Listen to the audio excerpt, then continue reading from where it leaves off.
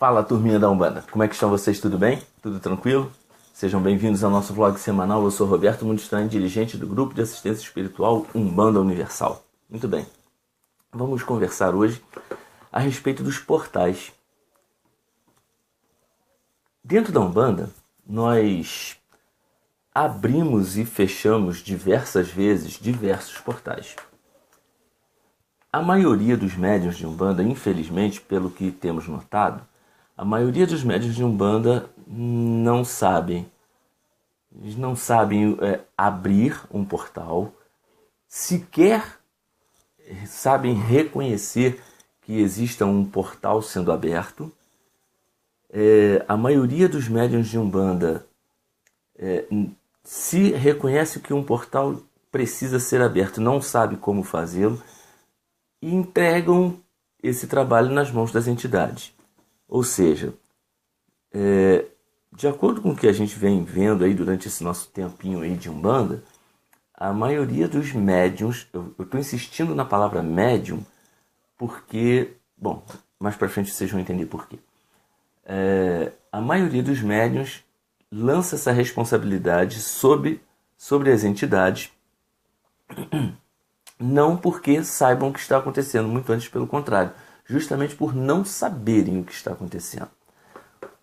Muitas vezes nós entramos num terreiro e passamos pela guarda da casa. Alguns terreiros têm somente a tronqueira. O que é a tronqueira? Falando assim bem simplificadamente, para a maioria da gente entender, né? A tronqueira é uma proteção para a casa, né? Segundo o espírito Ramatiz, em seu livro A Magia de Redenção, a tronqueira da casa é a magia de redenção ou a missão do espiritismo, um desses dois. Eu sinceramente agora não me lembro, mas eu acho que é magia de redenção. O espírito Ramatiz diz que a tronqueira de um terreiro de Umbanda, ela deveria ser sempre pintada de vermelho por dentro, ou, se for branca, no caso, ter lá uma lâmpada vermelha, né, e tal. Mas por que o vermelho? Porque, segundo Ramatiz, as pessoas que têm algum problema, e às vezes nem sabem que tem esse problema, que a gente chama popularmente de olho grande, como é que o pessoal fala? Seca-pimenteira, né? Então, popularmente, esse problema de mal olhado, olho grande e tal, não sei o que as pessoas que lançam isso sobre as outras, mesmo aquela pessoa, sabe? Puxa, que planta bonita, a planta, acabou. Né? Caramba, camisa legal essa sua, rasga. A pessoa não sabe que faz isso. Tem alguns que sabem, tá?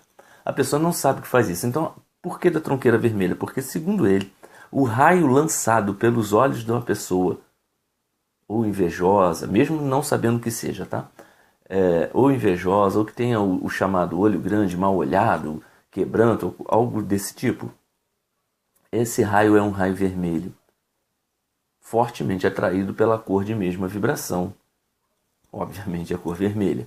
Então, já que a tronqueira é a primeira linha de defesa em muitos terreiros, se não na maioria dos terreiros, é a primeira linha de defesa, essa tronqueira deveria ser vermelha, para que chame a atenção das pessoas, e mesmo que a pessoa não goste muito, sabe, aquelas pessoas que passam meio assim, ó, falam, não quero nem olhar para cá, quer ir lá, quer falar com o preto velho, quer falar com o caboclo, quer pedir para pombagira, quer falar, mas olhar para a tronqueira eu não quero. Mesmo assim as pessoas sentem-se atraídas pela luz vermelha, pela cor vermelha. E a pessoa olha, e quando a pessoa olha, pelo menos uma parte daquele raio que ela lança pelos olhos, sabendo ou não sabendo, é atraído ali para dentro. Então ela já se sente um pouco mais livre desse peso ali. E o que está lá dentro do terreiro não será atingido por esse raio supostamente vermelho. E isso é o que o Ramatiz diz no seu livro. O que é essa tronqueira no final das contas? Não seria também ela um portal para uma ala no além, lá, eu vou chamar de ala, tá? Uma ala de reciclagem de energias? Porque, olha só, nem toda energia drenada é simplesmente descartada, jogada fora, sei lá para onde. Porque o que não serve para você pode ser bom ainda para outros. Aquilo que a gente chama de lixo pode ser, se hoje, na Terra agora falando, tá? Aquilo que a gente chama de lixo pode ser reciclado e retornar para nós mesmos como um objeto novo, para bom uso, né? A energia não é muito diferente disso. A energia ela pode ser transmutada. A tronqueira, para nós, a tronqueira é um dos portais abertos dentro do terreiro. Não vou ensinar aqui a abrir. Desculpa, isso é para quem está lá no terreiro. É só para vocês entenderem. Então, esse seria o primeiro portal em muitos terreiros. Alguns outros terreiros fazem uma porteira. Então você passa, assim, é como se a casa tivesse o prédio onde é o terreiro, tem uma pequena entrada, né? Geralmente um jardinzinho, um quintalzinho e tal. E aí tem um portão, tem um muro e o portão. Ali é colocado ali alguns apetrechos, né? Alguns materiais, alguns itens referentes em alguns terreiros a Ogum, outros terreiros a Exu mesmo. E ali é feita a primeira seleção de quem entra e quem não entra no terreiro. Ou seja, ali tem a porteira. Então seria a primeira linha de defesa seria a porteira. Aí a pessoa passa, entra, né, e passa pela tronqueira. Em alguns terreiros que existe a porteira seria aquele sabe aquele sujeito da festa que fica lá no portão de festa? Seu nome, por favor. Seu nome não está na lista, sinto muito, o senhor não pode entrar, sabe? É esse cara que fica lá na porteira. Quando o sujeito pode entrar ali e ele passa pela tronqueira, aí existe uma primeira limpeza energética. Ali já não tem impedimento de quem entra, quem sai, nada disso. É só uma limpeza energética. E aí ele vai entrar. Vai lá para dentro, vai para o que a gente aqui, pelo menos aqui em Petrópolis, né, nós chamamos de assistência. Né? É o local onde os consulentes ficam sentados esperando a sua vez, participando da gira ali com as suas orações, porque um bandista não fica sentado na assistência batendo papo, falando, eu já vim aqui, olha, eu vim aqui, aquele caboclo lá é bom, aquele ali eu não gosto muito não, hein? Parece que a média nem está incorporada, sabe? Então eu gosto mesmo daquele lá, aquele lá é muito bom, muito bom. Fala um pouco, mas é muito bom. Aquele preto velho ali. Não, aqui um bandista não faz isso na assistência. Fica todo mundo quietinho, em oração. Quando se canta ponto, acompanha os pontos cantados. É assim. Um dia, talvez. Talvez. Mas vamos nós. Então a pessoa entra, ficou ali na assistência. Muito bem. Mais um portal está aberto dentro daquela casa. Tenha ela um altar ou não, existe quase sempre, 99% das vezes, pelo menos uma imagem do Cristo. Seja uma cruz, seja uma imagem mesmo de rosto, seja uma imagem dele inteiro. A quem, na maioria dos terreiros, volto, sempre dizendo na maioria, né? Na maioria dos terreiros, é sincretizado com Oxalá. Muito bem, a assistência entrou, geralmente levada pela dor, tem alguma coisa incomodando, ela vai ficar de frente para esse altar e lançar para esse altar os seus pedidos, as suas necessidades, os problemas que levaram até ali. Ali, no altar, tudo aquilo sendo lançado para cima dele, ele precisa suportar aquilo ali. E como que ele suporta? Com mais um portal aberto. Esse portal seria como uma drenagem desse tipo de energia. A diferença dali para a tronqueira é que na tronqueira a energia seria sugada e drenada para a terra. E no altar ela seria ali mesmo transmutada, já que o altar é um local de dispersão de energia e não de absorção.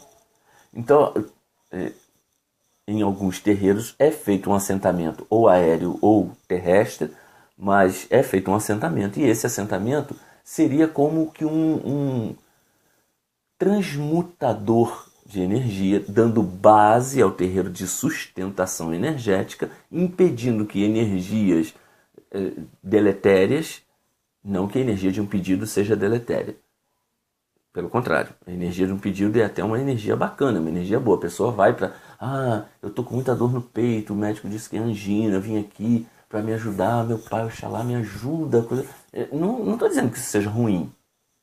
Mesmo aquele que vai lá para pedir pelo filho que está fazendo muita bagunça, ou o filho adolescente que está ficando rebelde, dá um jeitinho nesse menino, nessa menina e tal, não sei o quê. Mesmo esses pedidos, assim, desse tipo, ou aquele que vai para pedir um namorado, uma namorada, vai falar do emprego e tal, não importa o pedido que seja, ele é lançado para o altar e ali aquela energia, que muitas vezes infelizmente é deletéria mesmo, né? Aquela energia ali é transmutada e espargida em boas condições para o terreiro novamente. Mais ou menos isso, tá, gente? Estou falando assim grosseiramente. É só uma pincelada para a gente entender mais ou menos como que a coisa funciona, como que a coisa existe em torno de um terreiro de Umbanda. Então esse é mais um portal que se é aberto. Alguns terreiros têm dentro da sua área ali de consulta e tal, um cruzeiro dedicado a nosso pai Obaluayê, ou Umulu, dependendo da casa também, da escola de Umbanda que essa casa segue. Obaluayê e Omulu seriam dois orixás diferentes. Na maioria, Obaluayê e Omulu é um único orixá apresentando-se de duas maneiras diferentes, a forma do velho e a forma do novo. Só isso. Os dois vibrando ali, né, no cruzeiro chamado Cruzeiro das Almas Santas Benditas. Né? Esse cruzeiro serviria para quê? Seria uma energia de encaminhamento. E para você encaminhar, você precisa pegar essa pessoa, ou esse espírito, abrir uma porta e levá-lo para ali, para aquela porta ali. Entra aqui, vai para lá e fecha essa porta novamente. Então, essa porta, o portal é isso. O cruzeiro seria essa porta. Né? Essa porta onde os necessitados penetrariam por ali, por esse portal aberto, e seriam encaminhados pela energia Obaluayê para o local adequado à sua vibração, onde ele vai aprender e tal. Na maioria, nós acreditamos que os terreiros tenham uma salinha de aula no além, ou várias salas de aula no além, junto com salas de socorro e tal, não sei o quê. Isso fazendo uma comparação muito aquém da realidade com o que acontece nos nossos hospitais ou igrejas, ou seja lá o que for, onde quase sempre, naqueles mais abastados pelo menos, tem lá uma salinha de socorro, lá uma enfermariazinha. Então seria mais ou menos isso, tá? Todo terreiro teria em torno dele salas de socorro aos espíritos desencarnados em grande necessidade. Tá? E a porta de entrada seria esse portal que nós chamamos de cruzeiro. Portais menores podem ser abertos durante a gira, quando a entidade ou o médium conhecedor pega a sua guia, por exemplo, coloca lá no chão, abre ela, ou numa tábua própria para isso, abre essa guia fazendo quase um círculo, que círculo certinho é um pouco difícil de fazer, mas a gente faz um círculo com a guia mesmo que a gente usa no pescoço, a gente pega e coloca ela ali, aí, dependendo de cada um, vai acender uma vela, vai botar um copo d'água, vai fazer não sei o que, vai fazer isso, vai fazer aquilo, tem lá vou falando na linguagem dos terreiros, né? Tem lá as suas mandingas que são feitas para que aquele portal seja aberto. Servindo para quê? Para tirar um encosto que está com uma pessoa, para ajudar na tirada de um vício, na cura de uma ferida, ou numa vidência para auxiliar, porque tem muito médium que é vidente, que acredita que só consegue ver se colocar a guia, uma peneira, o laço do boiadeiro enroladinho, ou um cipó todo trançado. Tem os seus... É como os rezadores, sabe? Que segura ali o crucifixozinho na mão, o galinho de arruda e tal. E muitos nem precisariam ter isso, mas foi assim que eu aprendi. É a minha bengala, a minha bengalinha, né? Eu preciso dessa bengalinha, então eu preciso abrir ali um portal com a minha guia e tal. Por exemplo, pode abrir um portal com uma guia para energizar uma outra guia, por exemplo. Pode? Pode, porque o portal é um portal energético. É para você não ficar com aquela energia fluindo através do médium. O médium fica fora daquela energia. Aquela energia está fluindo ali, naquele portal que foi aberto para esta ou aquela necessidade. Outros tipos de portais, os pontos riscados. Ponto riscado é um portal que se abre. Para quê? Para descarrego, para recarrego, para várias necessidades de acordo com que as entidades, aí sim, de acordo com que as entidades necessitem. Quando o médium risca um ponto, na nossa escola chamada Umbanda Simples, quando é que o médium, não incorporado, risca um ponto? Quando uma entidade risca aquele ponto, chama o médium e fala: meu filho, vem cá, tá vendo esse ponto riscado? Você vai copiar esse ponto fazendo isso. E aí o médium vai riscar, porque aí ele vai estar na casa dele, vai estar no momento íntimo dele ali, no terreiro mesmo, mas no momento íntimo dele ali e tal, é dele. Aí ele mesmo, sem estar incorporado, por ordem da entidade, ele vai copiar aquele ponto, mas dando àquele ponto a firmeza, o fundamento necessário para que ele se torne um portal e não só um desenho copiado. Mas o ponto riscado é também um portal. E assim, vamos portais adentro, penetrando nas giras de Umbanda. Para que serve isso tudo, a gente saber disso? Para a gente entender um pouquinho do porquê que os terreiros têm tanta coisinha, sabe? É um copinho por cima da porta, é a tronqueira, é aquela imagem colocada num local diferente. Por que o altar está lá e aqui eu tenho uma imagem aqui de São Miguel? Por que por cima dos atabaques nos terreiros de Umbanda eu tenho um caboclo de giramundo? Por quê? O que acontece se eu pegar aquele copinho d'água que está ali no cruzeiro, tirar ele dali? Eu vou prejudicar a gira com alguma coisa? Então, sabe, a gente começa a entender. Eu costumo dizer o seguinte para as pessoas que frequentam a nossa casa. Olha só, você dizer que é umbandista é uma coisa. Você vivenciar a Umbanda é outra coisa. E vivenciar a Umbanda nós ainda podemos dividir em duas etapas. Tem aqueles que vivenciam a Umbanda no momento em que vão ao terreiro. Aí é como se eles virassem uma chavezinha, sabe? Pluf, agora eu sou umbandista. Então chega todo alinhadinho, tudo bonitinho, falando bonitinho. Entra lá, pede a bênção, coisa e tal, não sei o que. Botou o pé pra fora do terreiro, parece que o sujeito vai lá, pega a chavinha e faz assim, pluf. Aí já começa a xingar no trânsito, a mulher não vale mais nada, o filho tá mal criado, o vizinho não presta, o patrão é ruim porque não deu aumento, e não sei o que. Sabe, tem gente que consegue fazer isso, sei lá. Então vivenciar a Umbanda seria você vivenciá-la dentro do terreiro, buscando o seu aprendizado, o seu conhecimento, e fora do terreiro, utilizando, mas vivenciando verdadeiramente aquilo que você aprendeu. Botando em prática aquilo que você aprendeu. Chega na sua casa no dia seguinte, se foi no terreiro na sexta-feira, chega lá na segunda-feira de manhã, acende sua velinha para as almas santas benditas, para o seu preto velho, bota aquela, como dizia um antigo vizinho meu que já desencarnou, bota aquela cachaçinha atrás da porta lá para o Exu tomar conta da sua casa, que não custa nada. Né? Tem assim as coisinhas que você vai vendo num terreiro, vai pedindo permissão, obviamente, e de acordo com o que você vai crescendo dentro da religião, mesmo sem botar sua roupa branca lá dentro, você vai crescendo dentro da religião e você vai adquirindo, vou botar entre aspas aqui, essas manias de umbandista. Tem gente que vai dizer que isso é magia, mas isso é papo para um outro vídeo. Hoje, nós vamos ficar aqui com os portais. Agora, fechados. Gente, obrigado. Coloquem as suas sugestões, as suas opiniões, seus comentários aqui embaixo.